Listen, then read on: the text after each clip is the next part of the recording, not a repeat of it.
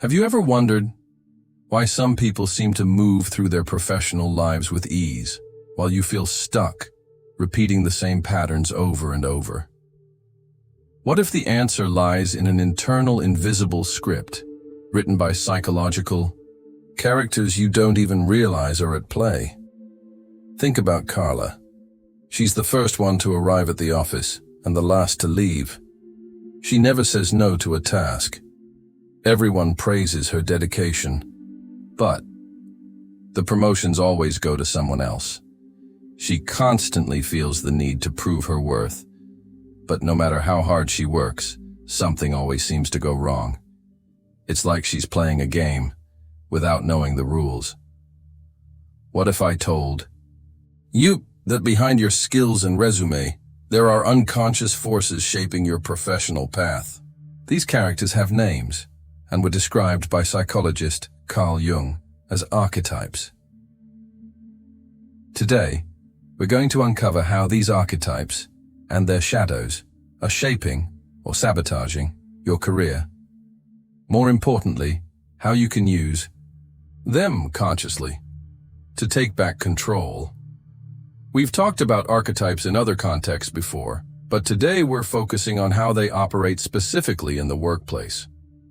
How your dominant archetype and its shadow influences your career choices, your leadership style, your relationships with coworkers, and even your potential for success. Understanding this hidden code might be the key to unlocking your professional path. Let's find out which archetype is guiding or sabotaging your career.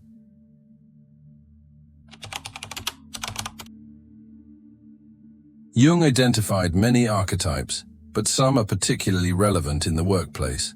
They represent core motivations and styles of behavior. Let's look at a few examples and how they can show up both in the light and in the shadow. The data ruler seeks control, order, leadership, and responsibility. Light side, an effective leader, brings stability. Shadow side, a tyrant, controlling, rigid, fearful of losing power.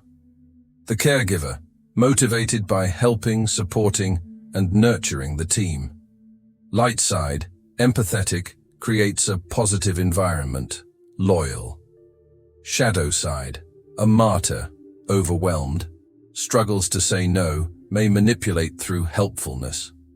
The hero seeks to prove their worth through challenges and achievements. Light side, ambitious, courageous, inspiring, overcomes obstacles. Shadow side, arrogant, a workaholic, constantly seeking external validation, may step over others. The innocent seeks safety, happiness, simplicity, and optimism. Light side, positive, confident, ethical. Shadow side, naive, denies problems, struggles with harsh realities, may be exploited, or show signs of imposter syndrome, feeling undeserving. The sage seeks knowledge, truth, and objectivity. Light side, analytical, a good advisor, strategic thinker. Shadow side, dogmatic, paralyzed by perfectionism, emotionally detached, or out of touch with practical reality. The explorer seeks novelty, freedom, autonomy, and to blaze new trails. Light side, innovative, adaptable, independent. Shadow side, unstable, struggles with commitment, never satisfied, may abandon projects. The rebel seeks to break rules, challenge the status quo, and spark revolution. Light side, a change maker, thinks outside the box. Shadow side, destructive, resentful, alienates others, struggles to collaborate. We all carry several of these archetypes within us, but usually one or two are more dominant in our professional persona. The problem arises when we operate too much from the shadow side of an archetype, or when a repressed archetype starts to sabotage us from behind the scenes. So, how do these archetypal energies actually clash with one another or create problematic patterns in our day-to-day work life? Which archetype is running your career? Check the statements that best describe you in the workplace. Ruler. I like being in control and making the decisions. I feel uneasy when things don't go as planned. I believe that if I don't take the lead, things fall apart. Caregiver. I often help everyone, even if it delays my own work. I struggle to say no and feel guilty when I do. I sometimes feel taken advantage of, but I can't stop helping. Hero. I enjoy being challenged and proving my worth through results. It bothers me when my efforts aren't recognized. I often feel exhausted, but I can't bring myself to slow down.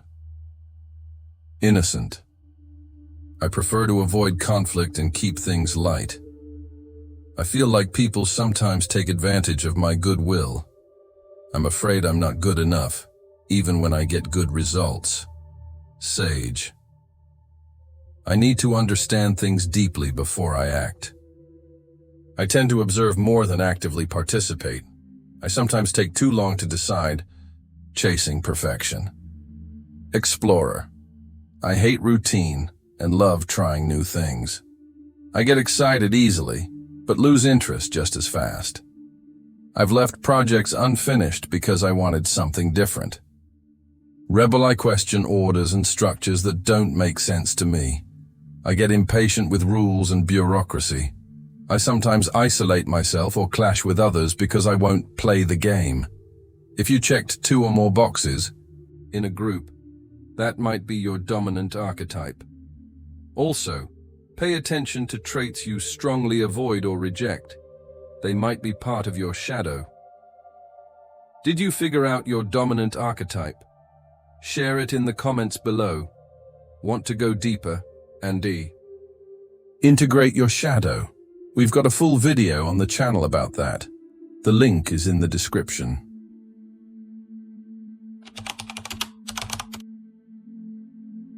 A lack of awareness around our dominant archetypes and their shadow sides can create serious problems in our careers. The corporate martyr, shadow of the caregiver.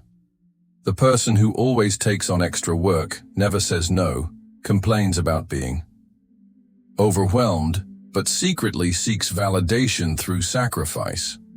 Result: burnout, resentment, and a lack of genuine recognition. Fernanda never says no.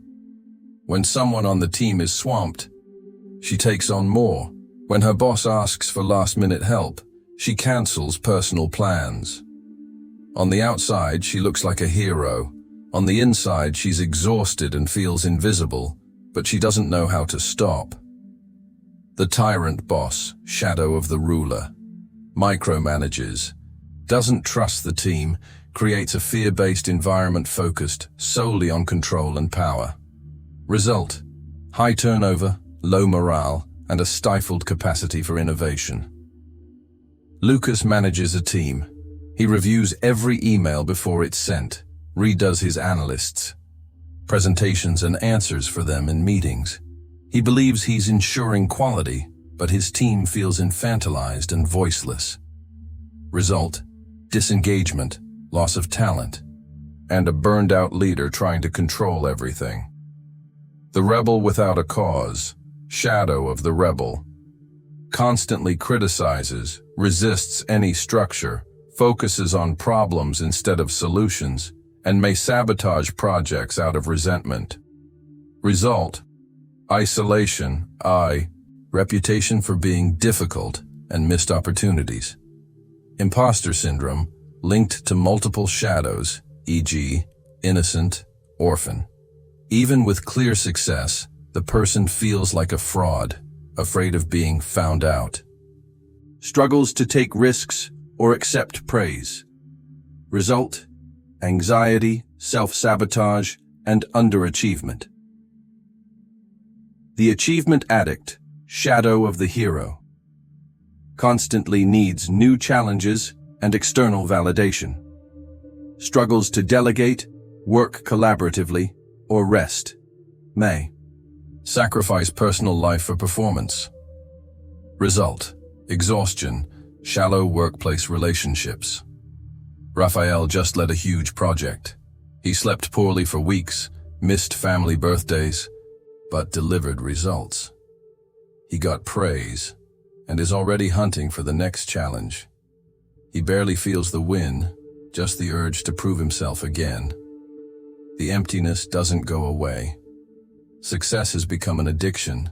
These dynamics don't happen in a vacuum. Very often, the shadow archetype of a boss triggers the shadow archetype of an employee, creating toxic and self-reinforcing cycles. Do you recognize any of these patterns in your workplace, whether in yourself or in others? Reflecting on this is the first step toward real change. All right, we've identified the characters and the shadow dynamics. But now comes the key question. How can we use this archetypal knowledge in a constructive way to actually fuel your career growth?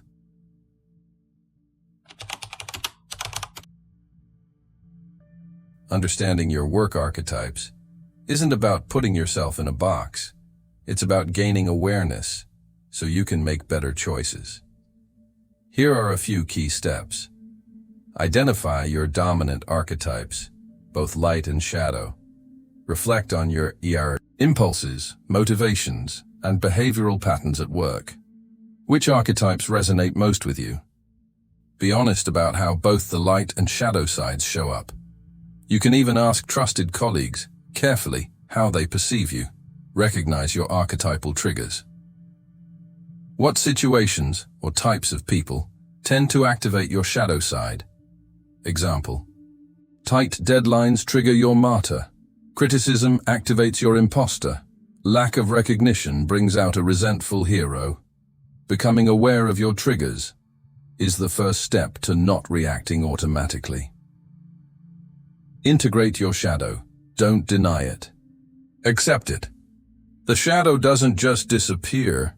The key is to acknowledge it and find more constructive ways to channel that energy.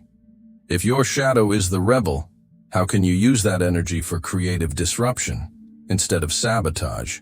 If it's the martyr, how can you redirect your care toward yourself first by setting healthy boundaries? Develop needed archetypes, becoming more flexible. Does your role require more leadership, ruler, or more innovation, explorer? You can consciously cultivate traits from archetypes that aren't naturally dominant for you, but are useful for your goals. It's not about being fake, it's about expanding your behavioral toolkit. Understand others' archetypes, social navigation. Try to identify the dominant archetypes of your boss and coworkers. This helps you better understand their motivations, anticipate their reactions, and communicate more effectively. Example: present an idea. To a ruler by emphasizing structure and results. To a sage by focusing on data and logic. By consciously working with archetypes, yours and others, you gain powerful tools to navigate your career with more clarity, confidence, and impact. We've already seen the archetypes in action, and how their shadows can sabotage us.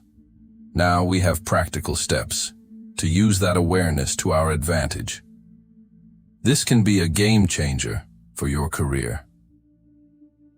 What are the concrete benefits of bringing this archetypal awareness into your daily professional life?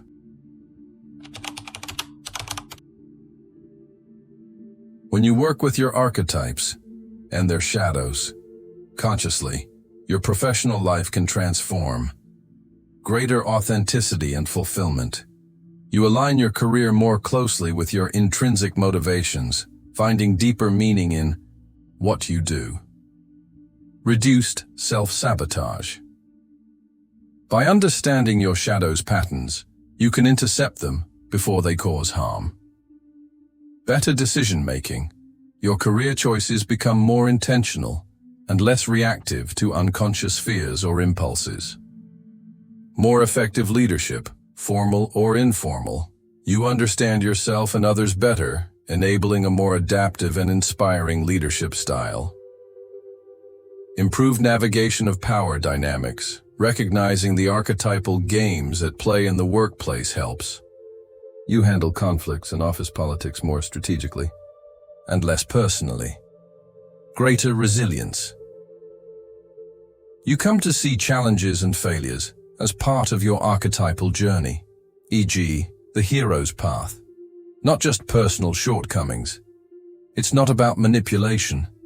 It's about being aware of the energies at play within yourself and around you, so you can act with greater intention and integrity.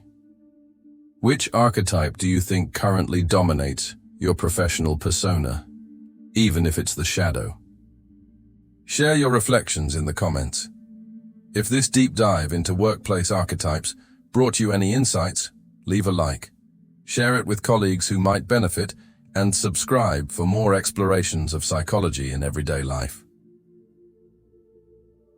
In our next video, we'll explore a fascinating model called internal family systems, IFS. How can understanding our inner parts help resolve internal conflicts and bring more peace? Stay tuned.